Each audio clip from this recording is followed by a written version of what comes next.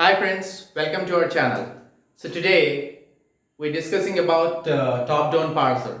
Okay, so as I said in parsing techniques, your parser types of parsers are divided into two types. One is top-down parser and bottom-up parsing. So first we'll know what top-down parsing is all about. So what is top-down parsing here? So top-down parsing is nothing but we'll start from root and we'll process throughout and we'll reach our leaf nodes. So finally we'll process our input string. So we'll start from root and finally we'll reach leaf nodes. So that is top down parsing is all about. So coming to bottom up parsing, it's exactly vice versa of top down parsing. So we'll start with leaf nodes and we'll keep on continuing and finally reaching our root node. So that is bottom up parsing. So we'll discuss that later on. So coming to top down parsing, we'll start with how parsing is done. We'll start with top and we'll process and finally we'll reach the leaf node. So we'll start with the root node and finally we'll reach our leaf node. So let's take an example so that you'll get a clear idea about top down parsing.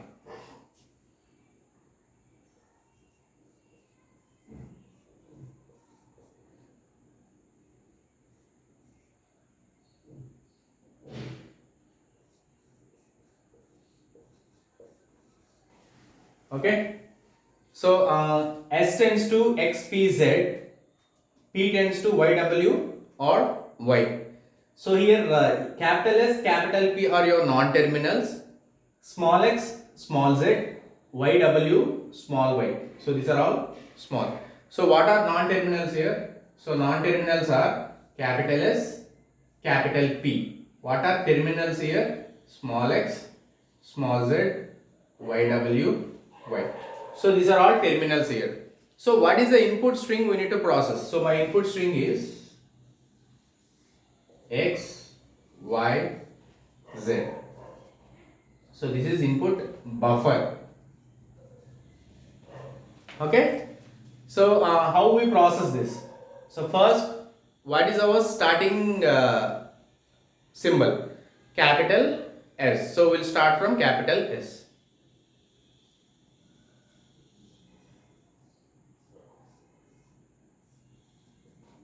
So capital S tends to, we have X, P, Z, right? So X is terminal, small z is terminal and capital P is non-terminal. Now in the second step, we need to substitute in the place of capital P. Okay. So capital S, X. In the place of P, let me substitute YW. Okay, so YW are both are terminals, right?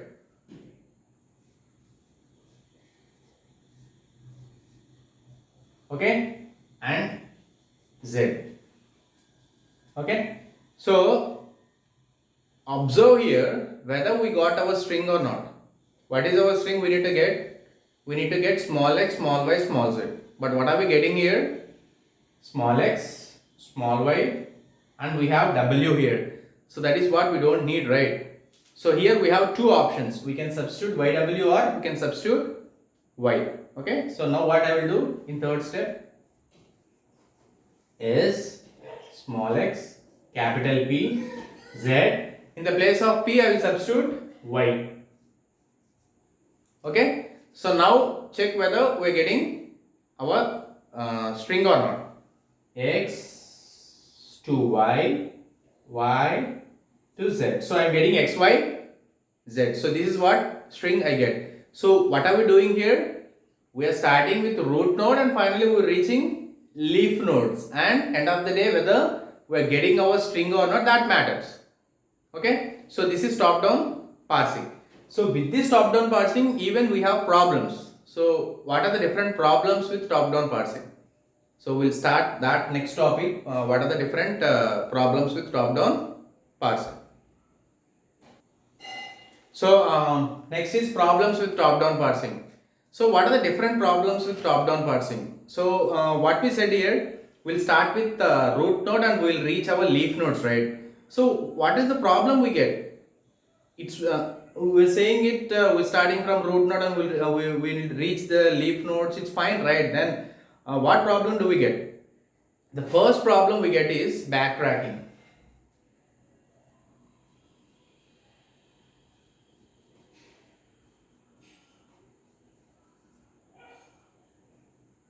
Second one is left recursion.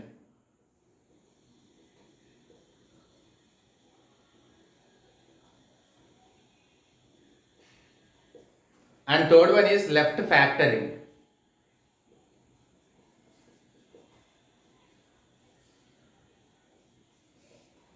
So what are the three problems with top-down parsing? The first one is backtracking, second one is left recursion, and third one is left factoring. So we'll discuss with backtracking first.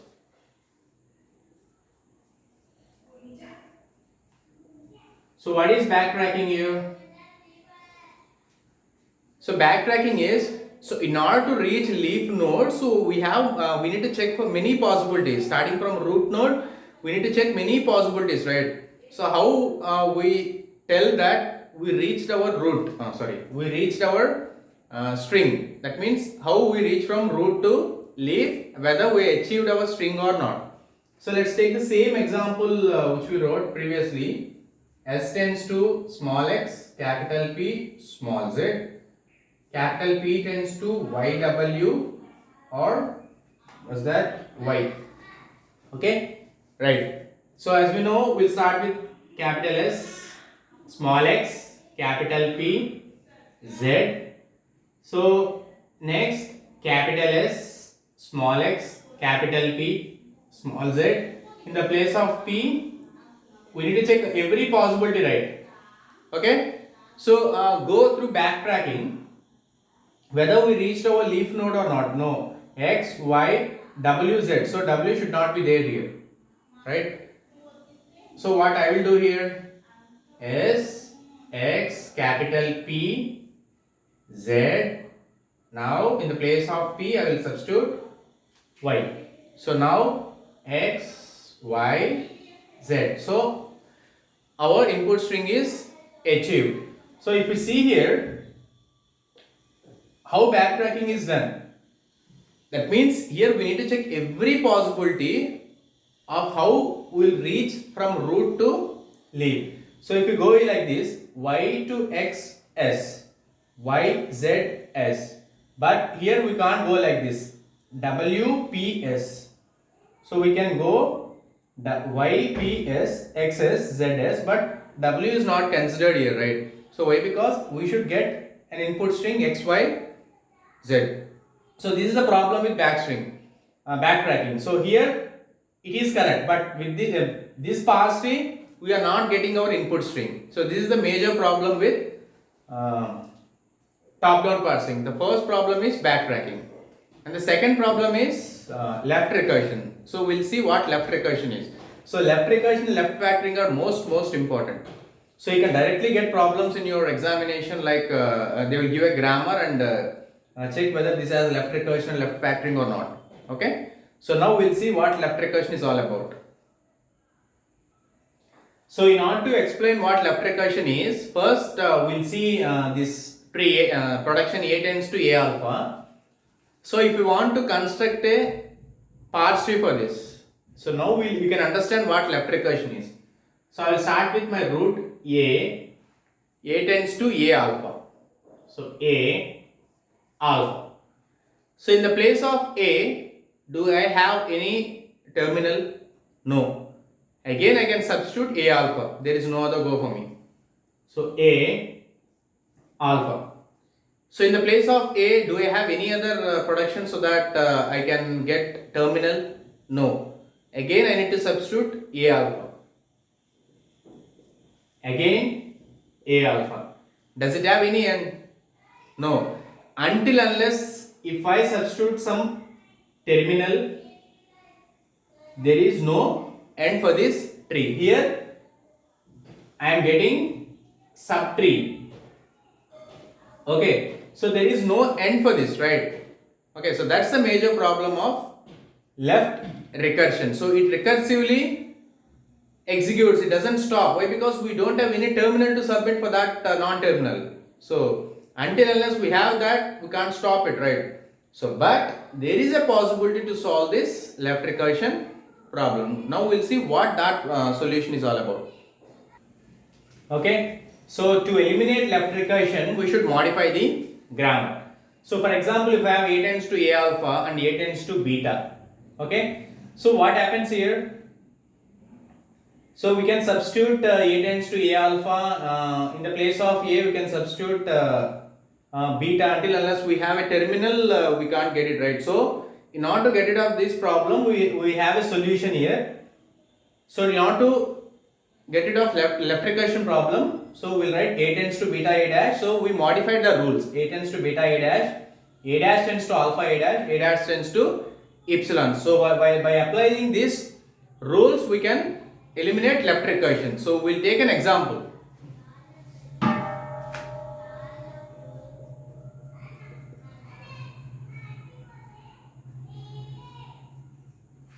So E tends to E plus T.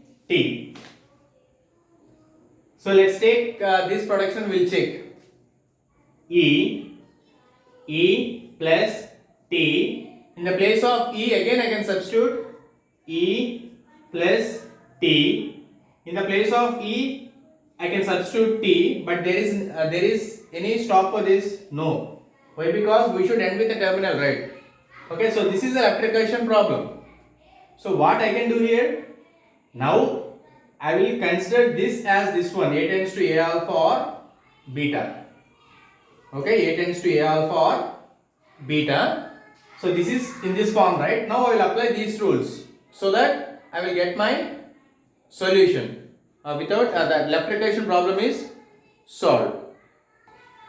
Okay, so A tends to A alpha or beta. So let's substitute here. So capital A equal to capital E, alpha equal to plus T, beta equal to capital T. Okay, so apply these rules. So what is capital A here? So capital A is capital E. So E tends to what is beta? T. What is A dash? E dash.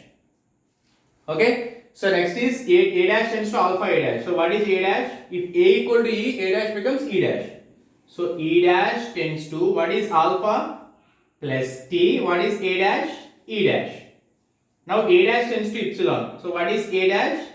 E dash tends to epsilon. Okay. So now let us take this E, T, E dash. So in the place of E dash, I can directly substitute epsilon now. So if I substitute epsilon here, our left recursion problem is solved. Okay. Now let us assume that I will substitute plus T E dash. Okay. Now it is starting with the terminal. So now there is no problem for me.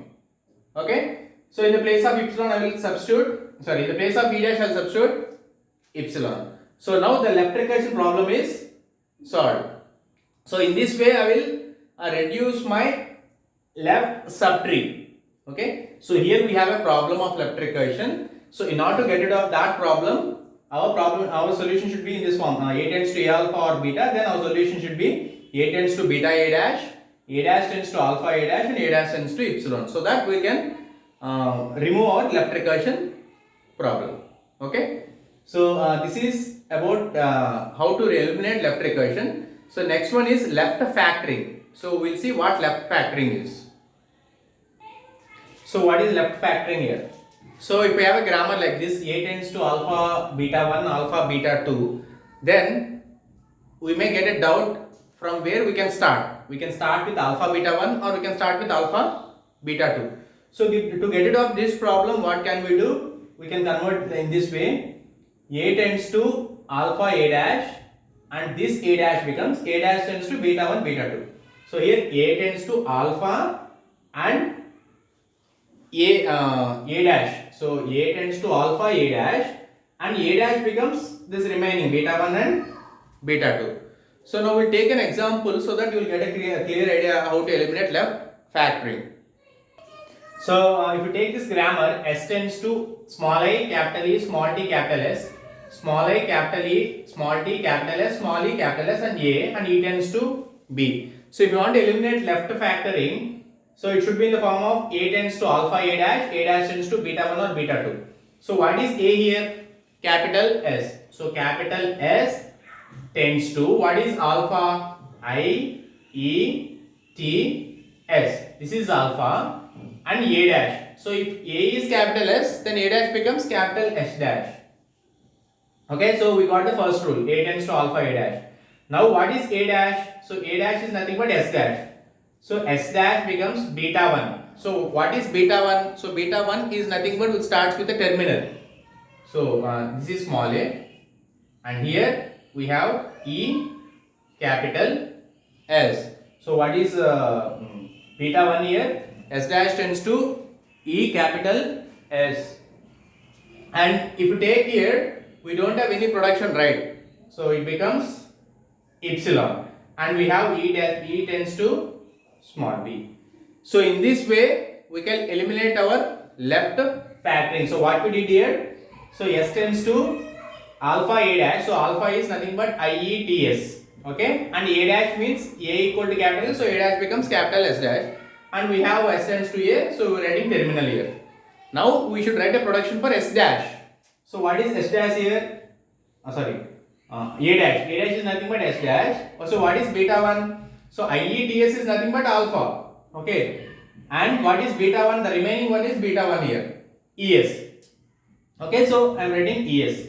And we have epsilon here. So we don't have beta 2. So beta 2 is taken as epsilon. If we don't have anything, we will take epsilon. Okay. And anyways we have a production E tends to B. Okay. So in this way we will eliminate our left factoring. Okay. So what are the three things, the three major problems of top-down parsing? First one is backtracking. Second one is left recursion, and third one is left factoring. So if you eliminate this three, we will get a perfect top-down parse tree. So so this is all about the introduction of top-down parsing and what are the different problems arises in a top-down parsing.